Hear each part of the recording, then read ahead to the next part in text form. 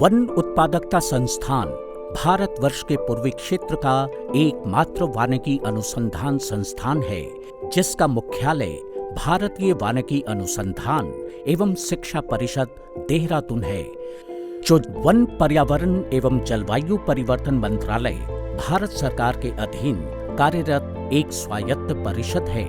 बांस, जिसे हम लोग हरा सोना भी कहते हैं, जन सामान्य से जुड़ी हुई प्रजाति है और वर्तमान में तो 2017 के बाद से इसे वृक्ष से हटाकर घास की श्रेणी में इसलिए डाला गया है जिससे इसके उत्पादन, प्रवर्धन एवं उपयोग में किसी प्रकार की बाधाएं उत्पन्न न हो। यह संस्थान इसी कड़ी में केंद्रीय सरकार के इस कार्यक्रम के साथ जुड़ा हुआ है तथा राष्ट्रीय बांस मिशन के अंतर्गत विभिन्न कार्यक्रमों में जो भी प्रावधान है उसके अंतर्गत हम बांस का यहाँ पर अनुसंधान, उसके उत्पादन एवं प्रचार प्रसार में भी निरंतर कार्यरत है। लंबी अवधि के लिए बीज द्वारा पौध तैयार कर बांस की खेती सर्वोत्तम मानी जाती है। बांस बीज की उपलब्धता आसान नहीं है। बांस में बीज 40-50 वर्ष से लेकर 70-80 वर्ष बाद आते हैं, इसलिए बांस बीज संग्रहण कठिन होता है, लेकिन असंभव नहीं है। बांस बीज को पौधशाला के मातृ पेड़, क्यारी या पॉलीबैग में अप्रैल-मई महीने में बुआई किया जाता है। नाल कटिंग द्वारा पौधा तैयार से पहले उस बांस बखार के उम्र की जानकारी प्राप्त कर लेना उचित होगा। अधिक उम्र के बांस बखार से प्राप्त बांस द्वारा तैयार नया बखार में जल्द फूल आ सकता है और बखार सूख सकता है।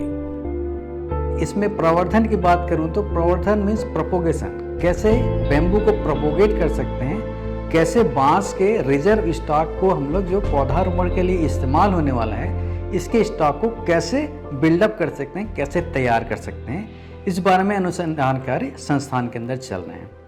और इसके जो तरीके अलग अलग होते हैं इसके प्रजनन या इसके प्रोपोगेशन के। इसमें मुख्य रूप से यदि मैं वृक्ष प्रजाति की बात करूं तो वृक्ष में मुख्यतः रूप से सीड जो होता है, बीज जो होता है, एक बेसिक यूनिट होता है किसी भी प्रजाति के प्रजनन का। लेकिन बांस के केस में जो है ऐसा नहीं होता है। बांस जो है पूरे आयु काल में अपने लगभग 40 से 50 साल के आयु काल में सिर्फ एक बार ही बीज देता है और उसके बाद बांस का पूरा क्लम्प या जिसको झारखंड में बखार कहते हैं, यह स्वतः ही सूख के खत्म हो जाता है। तो ऐसे दुरूह परिस्थिति में जो है हमको बांस का रिजर्व स्टॉक बढ़ाने के लिए, बांस का प्रोपोगेशन करने के लिए, इसका उत्पादन करने के लिए हमको सिर्फ कटिंग के ऊपर डिपेंड रहना पड़ेगा। कटिंग या कोई भी जो वर्धी प्रजनन या वेजिटेटिव प्रोपोगेशन का टेक्निक है इसके ऊपर निर्भर रहना पड़ेगा। एक पौधा से अनेक पौधा तैयार करना ही कायिक प्रवर्धन कहलाता है।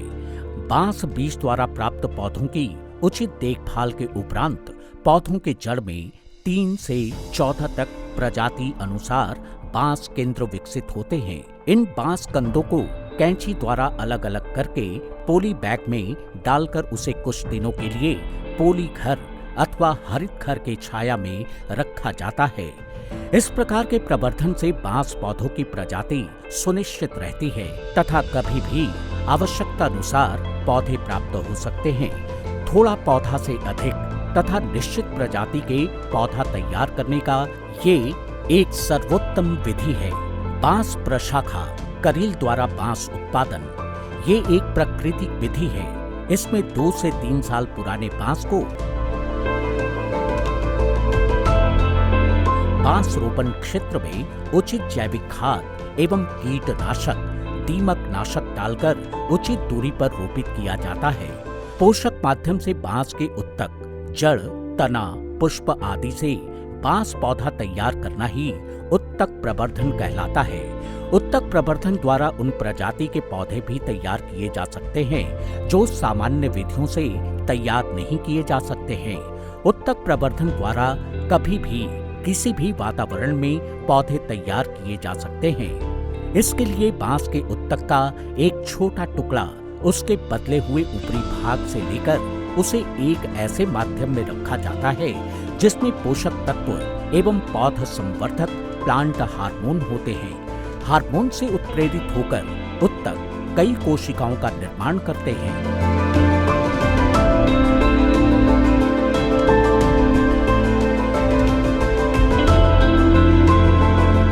ये जो रूम के अंदर हम लोग खड़े हैं, इसको हम लोग हिंदी में बोलते हैं धुंध कक्ष और इंग्लिश में इसको हम लोग बोलते हैं मिस्ट चैम्बर। चैम्बर का मुख्य कार्य यही है कि आर्द्रता, तापमान और सिंचाई को हम लोग संतुलित मात्रा में पौधे को देते हैं ताकि उसकी वृद्धि हो सके।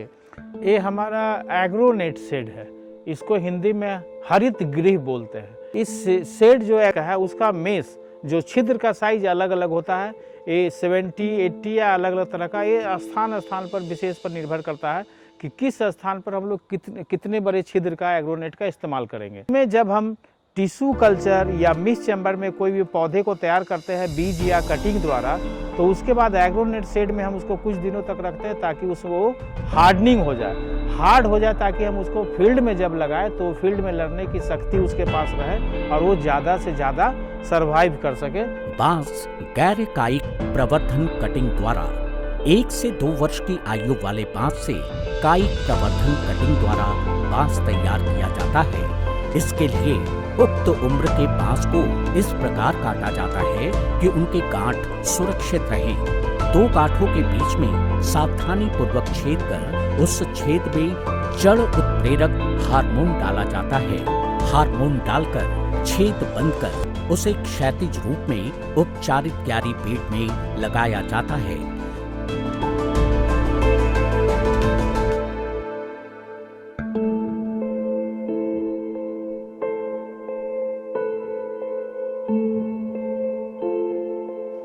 जैसा कि आप यहाँ देख सकते हैं, मेरे पास ये एक बांस का डबल नोट कटिंग का उदाहरण है और हमारे सहयोगी के पास बांस का सिंगल नोट कटिंग का उदाहरण है। तो इसमें पॉटिंग मीडिया के लिए, रूट ट्रायल के लिए हम लोग अलग अलग मिश्रण इसमें इस्तेमाल करते हैं। और जैसे कि इसमें ये है, यहाँ पे बैम्बू में एक ये जो नोड है इसमें एक छेद करके इसमें हम लोग मिश्रण जो है हार्मोन का मिश्रण इसमें हम लोग डिप कर इंसर्ट करके इसको हम लोग नर्सरी बेड में लगा देते हैं। और जब 2-2.5 महीने में ये तैयार हो जाता है और आप देख सकते हैं कि इसमें बहुत अच्छा खासा जड़ आ गया है। एक बार जब जड़ आ जाएगा, ये आप इसमें भी देख सकते हैं, इस साइड भी जड़ आ गया है। एक बार जब ये जड़ आ जाएगा उसके बाद हम लोग इसको बाहर निकाल करके इसका जड़ को डाइसेक्ट करके इसको पॉलीबैग्स में लगा देते हैं और ये इस तरह से वेजिटेटिव प्रोपगेशन होता है। मेरे हाथों में जो कटिंग देख रहे हैं उससे आज से 2 महीना पहले 24 आवर्स के लिए रूटीन ट्रीटमेंट दिया गया था। 2 महीना के बाद आप देख सकते हैं इसका कंडीशन कितना अच्छा रूट आ गया है। इसके बाद इसको ग्रो कराया जाएगा पॉलीबैग। गांठों में जड़ निकल जाए और पौधे बड़े हो जाएं तो जड़ सहित पौधे को अलग कर उचित आकार के पॉली बैग या सीधे रोपण क्षेत्र में उचित दूरी पर रोपित करते हैं।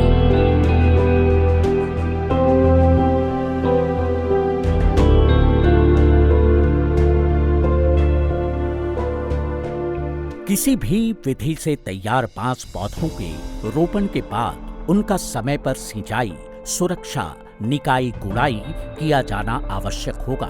इस प्रकार रोपित बांस बखर 3 से 5 वर्ष में विपणन हेतु बांस तैयार हो जाते हैं, जिससे प्रति बखार प्रारंभिक अवस्था में 350 से लेकर 700 रुपये प्राप्त हो सकता है। और एक बार आपका बांस का स्टॉक जो है बन गया, उसके बाद उसको पॉलीथीन बैग के अंदर रख करके हम जो उसको फिर फर्दर मल्टीप्लिकेशन के लिए इस्तेमाल कर सकते हैं। कहने का मतलब ये कि बांस का स्टॉक आपके पास एक बार तैयार हो गया तो उसको फिर से आपको फील्ड के अंदर जाने की जरूरत नहीं, इसको फिर से कटिंग या प्रोपोगेशन करने की जरूरत नहीं। उसी आपके रिजर्व स्टॉक से ही मैक्रो प्रोलिफरेशन या फिर माइक्रो परिष्करण जिसको कहते हैं हिंदी में, वो तरीका अपना करके हम बांस का स्टॉक जो है बहुतायत मात्रा में बढ़ा सकते हैं। वन उत्पादकता संस्थान के अंतर्गत वन अनुसंधान केंद्र मांडर है। यहाँ अभी मुख्य रूप से बिग बम्बू नर्सरी प्रोजेक्ट और plantation in agro ecosystem and urban ecosystem पर मुख्य रूप से काम चल रहा है। यह फील्ड 60 एकड़ में फैला हुआ है।